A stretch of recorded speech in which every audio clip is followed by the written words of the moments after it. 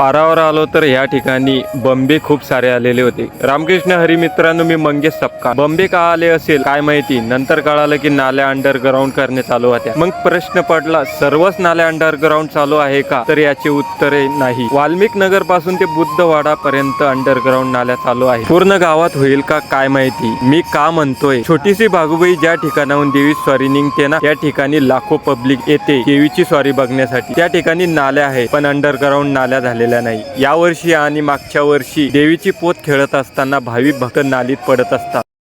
बात तो सही है। म्हणून सरपंच साहेबांना विनंती आहे, ज्या ठिकाणाहून देवीची स्वारी निघते आणि ज्या ठिकाणी विसर्जित होते त्या ठिकाणी पर्यंत अंडरग्राउंड नाली लवकरात लवकर करून देणे ही नम्रतेची आणि कळकळीची विनंती। तर ह्याच ठिकाणी नाही तर पूर्ण गावात अंडरग्राउंड नाल्या झाल्या पाहिजे।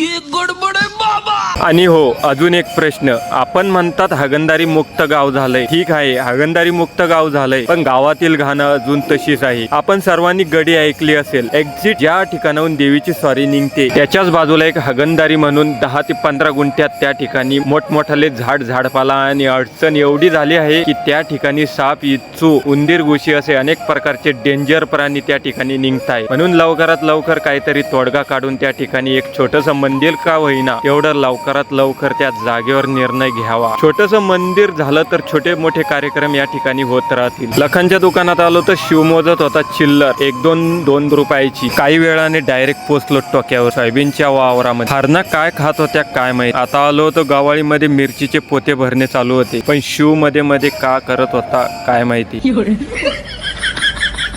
थोड्या वेळाने नाना म्हणे मेथीवर 10 मिनिटं तुषार चालू कर, म्हणजे मोटार चालू कर। मोटार चालू केली तर शिवला एवढं भारी वाटायला लागलं की शिव म्हणे की कारंजे चालू झाले आपल्या शेतात। शिव काय म्हणतोय बघा।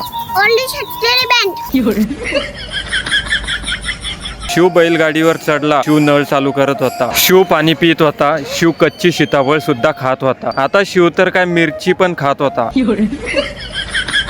शिवची रनिंग आवडली तर लाईक आणि फॉलो नक्की करा। चला मग, व्हिडिओ आवडला तर व्हिडिओला लाईक, फॉलो, शेअर। चला पुन्हा भेटूया एका नवीन व्हिडिओ मध्ये। रामकृष्ण हरी।